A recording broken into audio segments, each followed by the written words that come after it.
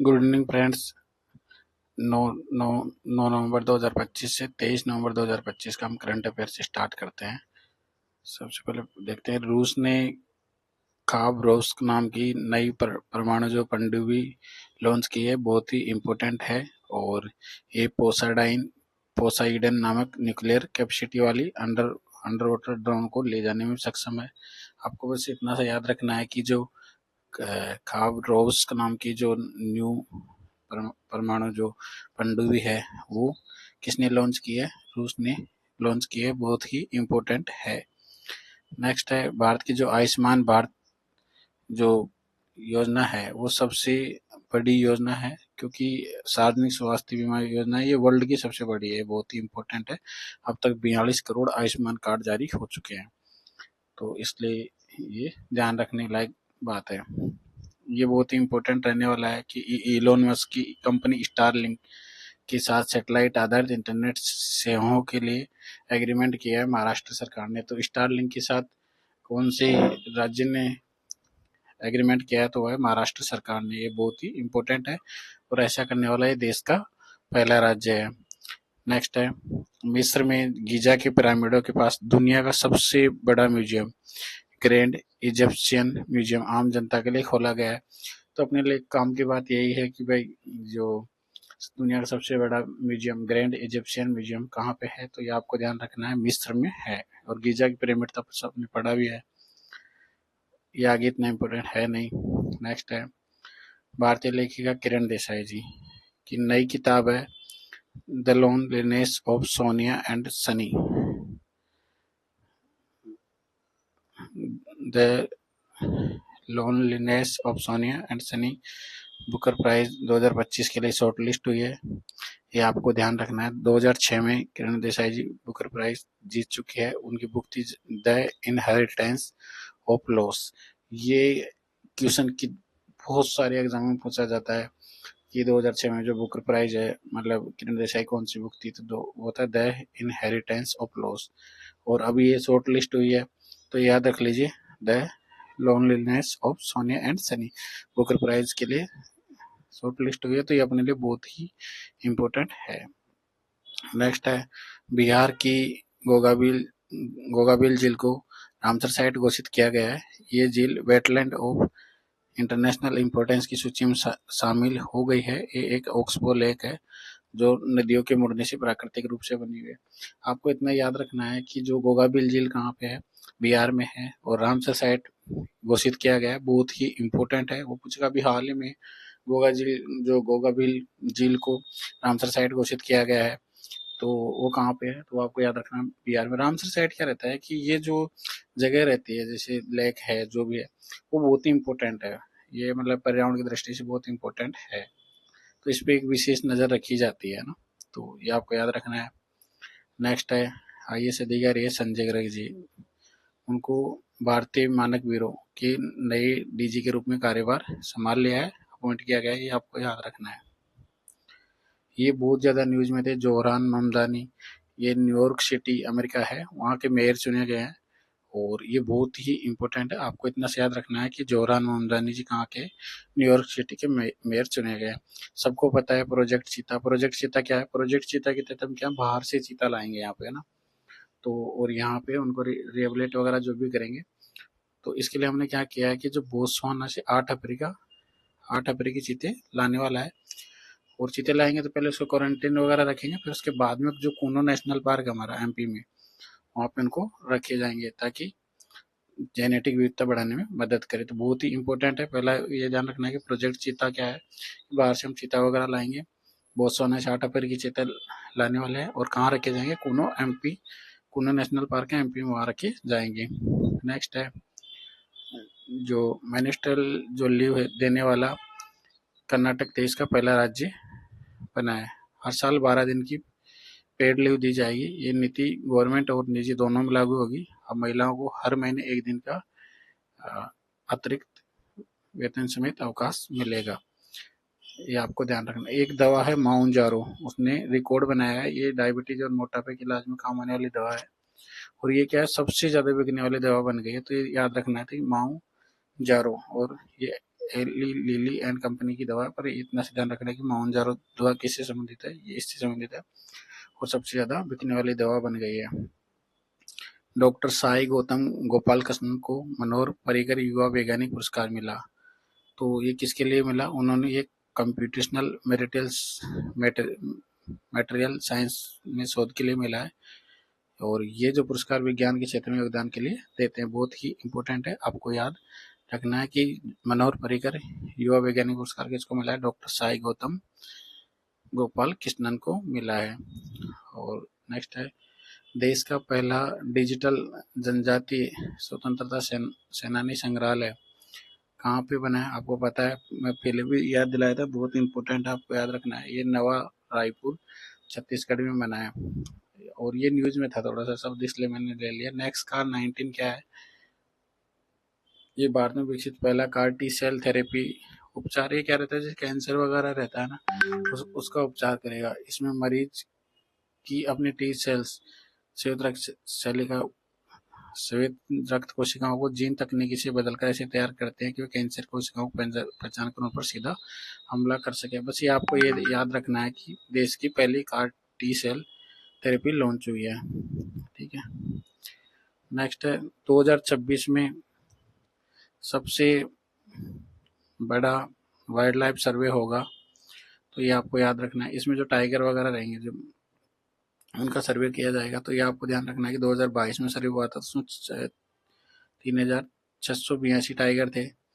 और ये कैसे होता है, जैसे मैदानी भागों में होगा सर्वे, सेटेलाइट्स होगा, रिमोट सेंसिंग से होगा, कैमरा ट्रैप, एआई, इन सबका यूज लिया जाएगा।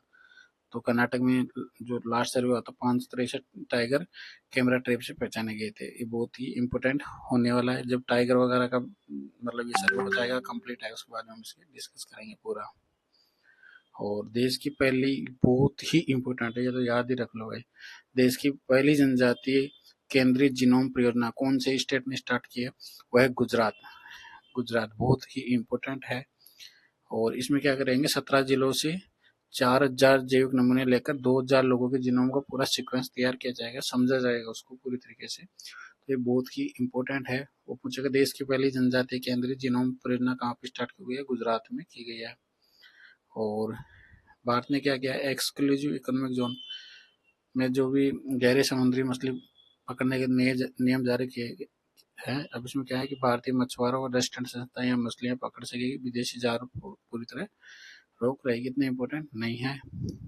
दिल्ली का जो JLN स्टेडियम है, स्पोर्ट्स सिटी के रूप में दोबारा बनेगा, इतना इंपॉर्टेंट नहीं है। ये थोड़ा सा याद रख लीजिए। जो टाटा ट्रस्ट के चेयरमैन नोएल टाटा के बेटे नेविल टाटा को सर दोराबजी टाटा ट्रस्ट का ट्रस्टी नियुक्त किया गया है। थोड़ा सा याद रख लीजिए, पर इतना इंपॉर्टेंट नहीं है। नेक्स्ट है, हंगेरियन जो ब्रिटिश लेखक डेविड सजाले, क्या नाम है, डेविड सजाले, क्या नाम है, डेविड सजाले का उपन्यास है फेलिसिटी को 2025 का बुकर प्राइज मिला है। और पिछले साल के विजेता सामंता हारू ने उन्हें पुरस्कार सौंपा, और ये पहले हंगेरियन मूल के लेखक। तो आपको इतना से याद रखना है कि जो फेलिसिटी उपन्यास है डेविड सजाले का है, उनको ये बुकर पुरस्कार मिला है, बहुत ही इंपॉर्टेंट है।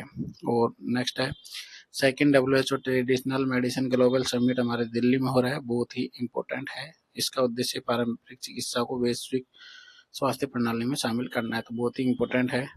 नेक्स्ट है सॉरी नेक्स्ट है, संयुक्त अरब अमीरात की शेखा नासर अल नवाइस को UN टूरिज्म की पहली महिला प्रमुख नियुक्त किया गया है, बहुत ही इंपॉर्टेंट है, आपको याद रखना है। शेखा नासर अल नवाइस को UN टूरिज्म की पहली महिला प्रमुख नियुक्त किया गया है। ये इतना याद रखने की जरूरत नहीं है, बस आपको इतना रखना कि शेखा नासर अल नवाइस को UN टूरिज्म की पहली महिला प्रमुख नियुक्त किया गया है ना। नेक्स्ट है, UN वाटर कन्वेंशन से जुड़ने वाला दक्षिण एशिया का पहला देश बना है बांग्लादेश, ये आपको याद रखना है। इससे सदस्य देश साझा नदियों का सस्टेनेबल यूज लेंगे, और 2016 से सभी देशों के लिए खुला है। तो बांग्लादेश अभी UN वाटर कन्वेंशन से जुड़ने वाला दक्षिण एशिया का पहला देश बना है। नेक्स्ट है, भारत और वियतनाम की सेनाओं के बीच जो 6th संयुक्त सैनिक अभ्यास विनवेक्स शुरू हुआ है, तो ये आपको याद रखना है, ये वियतनाम में हो रहा है। इसमें देखो वो पूछेगा, अभी जैसे जीमैक्स, विनमैक्स, तो ये विन बैक्स है ना। तो विन से तो आपको समझ में आ ही जाता है कि विन, वी का मतलब वियतनाम, आई एन का मतलब इंडिया। ऐसे हम समझ सकते हैं, बहुत ही इंपॉर्टेंट रहने वाला है, आपको याद रखना है। तो विन बैक्स किस किस के बीच में हुआ था? ये भारत और वियतनाम के बीच में था, है ना। युद्धाभ्यास है ये, है ना, जो सैन्य अभ्यास है, तो ये हनोई वियतनाम में हो रहा है। और हॉलीवुड अभिनेता टॉम क्रूज को गवर्नर्स अवार्ड में मानद अकेदमी अवार्ड से सम्मानित किया गया है। इन्होंने सिनेमा वगैरह में अच्छा काम किया, इतने इम्पोर्टेंट नहीं है। राष्ट्रीय पुरस्कार विजेता अभिनेत्री कीर्ति सुरेश को यूनिसेफ इंडिया का सेलिब्रिटी एडवोकेट नियुक्त किया गया है। तो ये थोड़ा सा इम्पोर्टेंट है अपने लिए। यूनिसेफ इंडिया का सेलिब्रिटी एडवोकेट किसको नियुक्त किया? कीर्ति सुरेश को। और भारतीय सिनेमा के मशहूर आर्ट डायरेक्टर थोटा तर्नी को फ्रांस का शेवलियर डे, ये पुरस्कार है, शेवलियर अवार्ड मिला है। और ये आपको याद रखना है, मशहूर आर्ट डायरेक्टर थोटा तर्नी को फ्रांस का ये पुरस्कार मिला है। अब नेक्स्ट है गुजरात के बनासकांठा में, गुजरात के बनासकांठा के जो अंबाजी मार्बल को जीआई टैग मिला है, बहुत इंपॉर्टेंट है।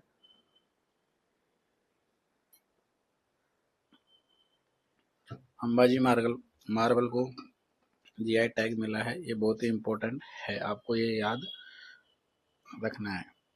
ये वाला देख सकते हैं बनासकांठा के अंबाजी मार्बल को।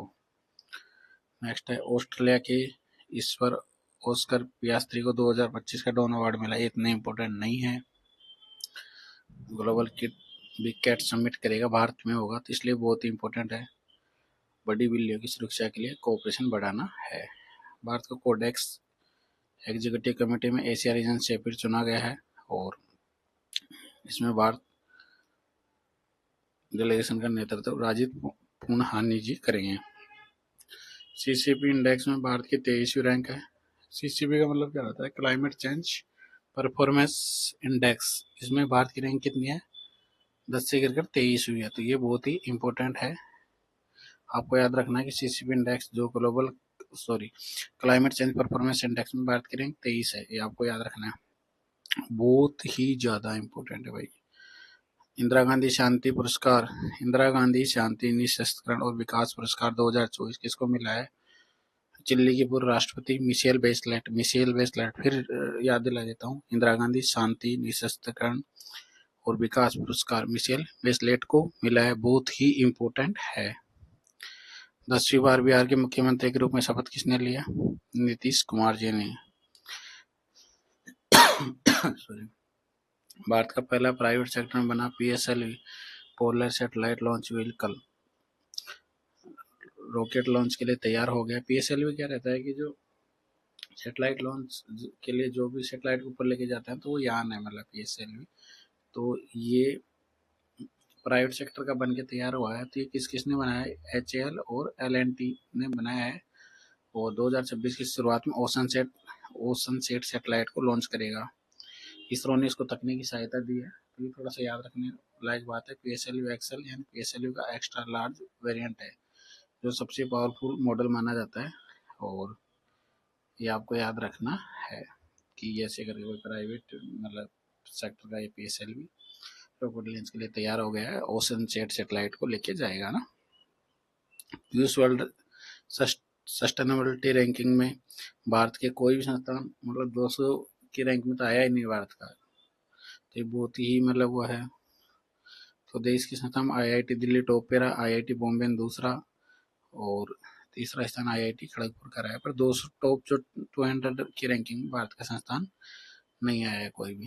भारत, ये बहुत इंपॉर्टेंट है, चंद्रयान 5 पे भारत और जापान अपना अंतरिक्ष मिशन लॉन्च करेंगे। ये लूनर पोलर एक्स एलयू जो एक्स करके जो रहता है, लूनर पोलर एक्सप्लोरेशन मिशन होगा।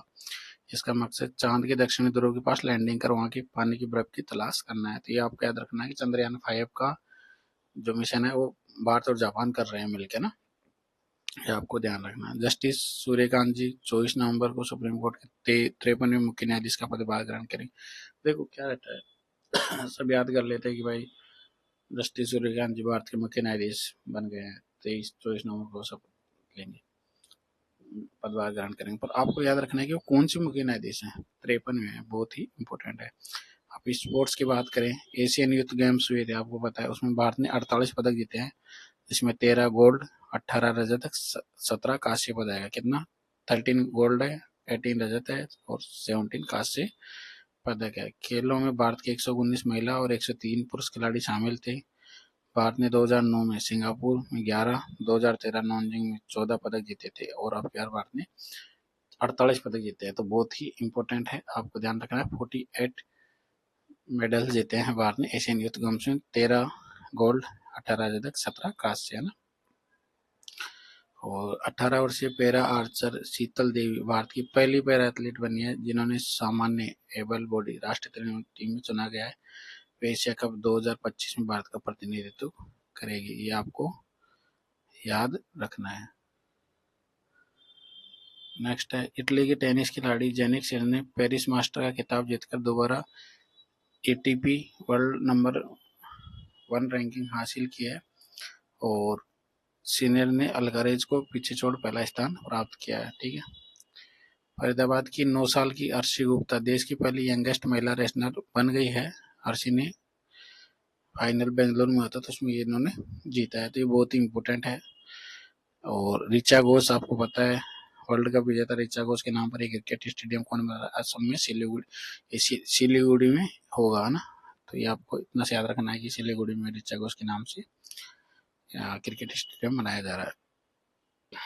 इटली के जेनिक सिनर ने स्पेन के कार्लोस अल्कारेज को हराकर लगातार दूसरे साल एटीपी फाइनल्स का खिताब अपने नाम ले लिया है। बहुत ही इंपॉर्टेंट है। जेनिक सिनर ने किसको हराया? कार्लोस अल्कारेज को हराया है और अपने नाम खिताब जीता है। ये इतना इंपॉर्टेंट नहीं है कि कौन क्या है क्या नहीं है, ये उन्होंने बताया कि दोनों ने मिलकर 14 खिताब जीते, जिनमें चारों ग्रैंड स्लैम भी। तो ये इतना इंपॉर्टेंट है नहीं, अपने कितना याद रखना है कि स्पेन के कार्लोस अल्कारेज को उन्होंने हराकर फाइनल का खिताब जीता है एटीपी का। ढाका में 24वीं एशियन आर्चरी चैंपियनशिप भारत ने रिकॉर्ड 10 पदक जीते, इनमें 6 गोल्ड है, आपको याद रखना है। अंकिता भगत और धीरज देवरा ने ऐतिहासिक व्यक्तिगत गोल्ड जीते और दक्षिण कोरिया के लंबे दबदबे को तोड़ा है, तो ये आपको याद रखना है।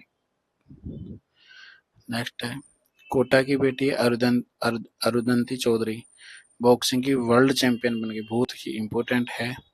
70 किलो कैटेगरी फाइनल मुकाबले में अरुंधति ने उज्बेकिस्तान की बॉक्सर जोकिरेवा अजीजा को हराया है, ये बहुत ही इंपॉर्टेंट है। अब तक इंटरनेशनल लेवल पर भारत को 7 गोल्ड मेडल जीता चुकी है, तो ये बहुत ही इंपॉर्टेंट है, आपको याद रखना है कि बॉक्सिंग की वर्ल्ड चैंपियन अरुंधति चौधरी कोटा की है, बहुत ही इंपॉर्टेंट है राजस्थान की तैयारी करने वालों के लिए।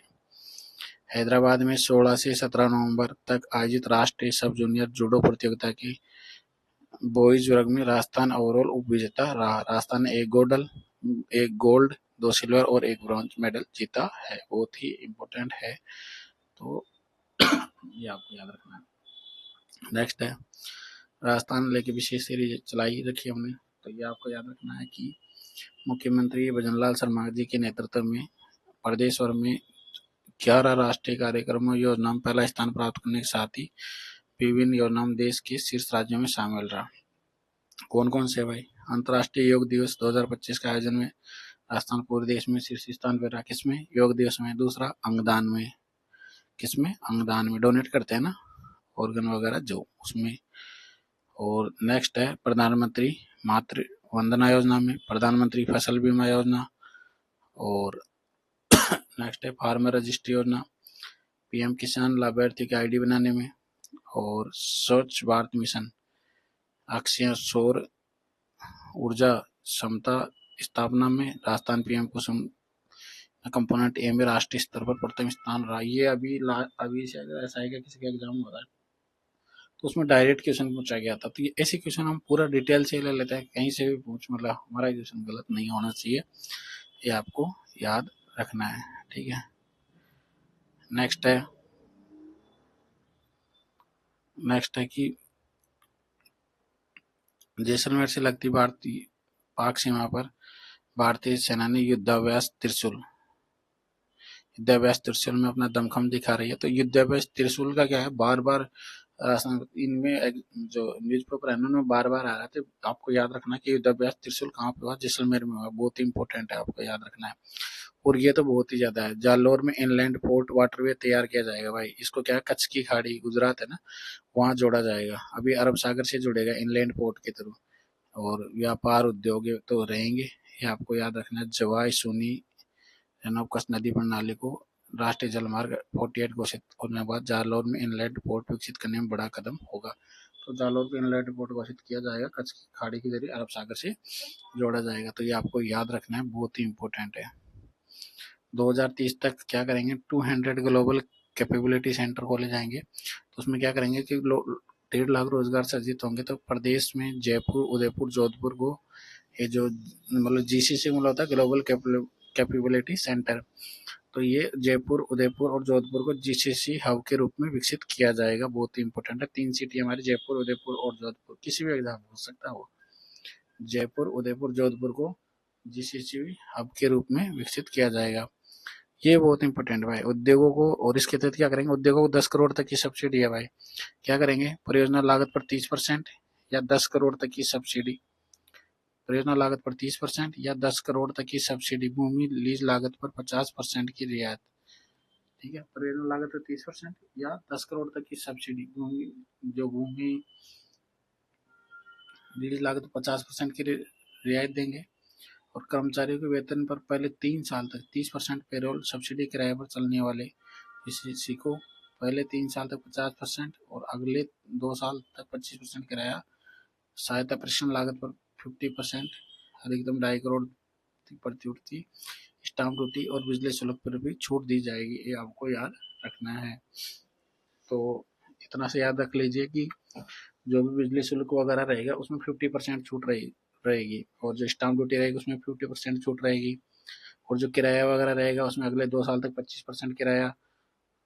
जो सहायता ट्रेनिंग लागत पर भी छूट दी जाएगी। तो ये आपको याद रखना है ना। ये पता नहीं ये क्वेश्चन एग्जाम में कितना क्यों पसंद है कि हर मतलब हर किसी भी एग्जाम में पूछ रहे हैं। ये आपको याद रखना है कि मुख्यमंत्री मंगला पशु बीमा योजना के तहत 21 लाख पशुओं का बीमा करेंगे। जन आधार कार्ड धारक पशुपालक इसके तहत योग्य है। इसमें क्या करेंगे, अधिकतम दुधारू जो पशु है जैसे गाय, भैंस या अथवा दोनों, तो 2 काम बीमा करेंगे। या 10 बकरी, 10 भेड़, 10 ऊंट वंश पशु का निःशुल्क बीमा होगा। तो ये आपको याद रखना है। ये बहुत ही इम्पोर्टेंट है। अभी गाइडलाइन आई थी तो ये मतलब ये न्यूज में था तो इसलिए हमने पढ़ लिया। और आरएस मेंस में ये पूछा गया। पहले क्या होता है कि भाई सुप्रीम कोर्ट का डिसीजन था, उसमें क्या रहता है कि राज्यपाल और राष्ट्रपति के पास जो टाइमलाइन नहीं है, कि जैसे मान लो कि राज्यपाल के पास, हम डिटेल से पढ़ते हैं इसको, कि राज्यपाल के पास कोई भी विधेयक, जैसे विधानसभा में कोई विधेयक आता है, सभी उस विधेयक को पास करके राज्यपाल के पास भेजते हैं। तो आर्टिकल 200 के तहत राज्यपाल के पास 3 पावर रहते हैं। देखो यहाँ पे देखो, आर्टिकल 200 के तहत राज्यपाल के पास 3 विकल्प है। वो क्या करेगा, या तो विधेयक को मंजूर दे दे, या मना कर दे, मतलब वापस भेज दे, या राष्ट्रपति को भेज दे। और ये कोई चौथा विकल्प नहीं है। राज्यपाल इनमें से कोई एक चुन सकता है। और आर्टिकल 200 के तहत मंत्रिपरिषद की सलाह को मानने के लिए बाध्य भी नहीं है। आर्टिकल 200 के तहत मंत्रिपरिषद की सलाह को मानने के लिए बाध्य नहीं है।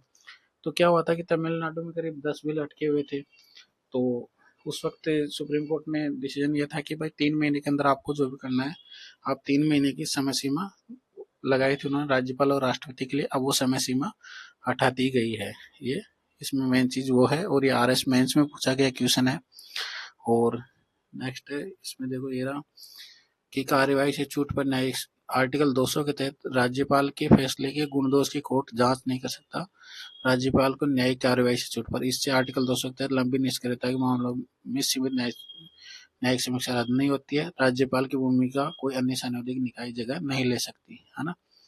तो ये मैं आपको पूरा पढ़ के बताता हूँ। सुप्रीम कोर्ट ने गुरुवार को कहा कि विधानसभा से पारित विधेयकों को मंजूरी देने के लिए राज्यपाल और राष्ट्रपति पर कोई समय सीमा लागू नहीं कर सकते। पहला ये, कोर्ट को भी ऐसे विधेयकों को अनुमोदित माना कहने का हक नहीं है। Chief justice B R. गवई की अध्यक्षता वाली 5 जजों की संवैधानिक पीठ ने सर्वसम्मति से कहा कि राज्यपाल आर्टिकल 200 के तहत मिले अधिकारों से परे जाकर विधेयक लंबित नहीं रख सकते। लंबी, अस्पष्ट और अन्य देरी पर कोर्ट राज्यपाल को उचित समय में संवैधानिक दायित्व पूरा करने को कह सकता है, ऐसा बोल सकता है। मतलब दरअसल तमिलनाडु सरकार की याचिका पर अप्रैल में जस्टिस जेबी पारदीवाला का बेंच ने राज्यपाल एवं राष्ट्रपति के लिए विधेयकों पर फैसले के लिए 3 माह की समय सीमा तय कर दी थी। राष्ट्रपति द्रौपदी मुर्मू ने आर्टिकल 143(1) के तहत फैसले पर 14% उठाते हुए कोर्ट से राय मांगी। 5 जजों की सदन पीठ ने राष्ट्रपति की ओर से उठाए गए 14% पर विचार करने पर सहमति जताई है। तो ये मेन चीज ये है, आपको ये याद रखना है कि आर्टिकल 200 के तहत मतलब जो राज्यपाल के लिए कोई टाइमलाइन नहीं है कि कितने दिनों में वो अनुमति देगा, तो उसके लिए 3 महीने का लगा है, ताकि 3 महीने में आपको देना है वो हटा दी गई है, ये आपको याद रखना है। तो इसी प्रकार से दोस्तों कुछ व्यक्तिगत कारणों की वजह से मैं क्लास नहीं ले पाया, पर यह है कि हम कंटिन्यू रहेंगे। थैंक यू सो मच दोस्तों, हम बेस्ट से बेस्ट देने की कोशिश करते हैं। थैंक यू सो मच दोस्तों, नेक्स्ट वीडियो में मिलते हैं।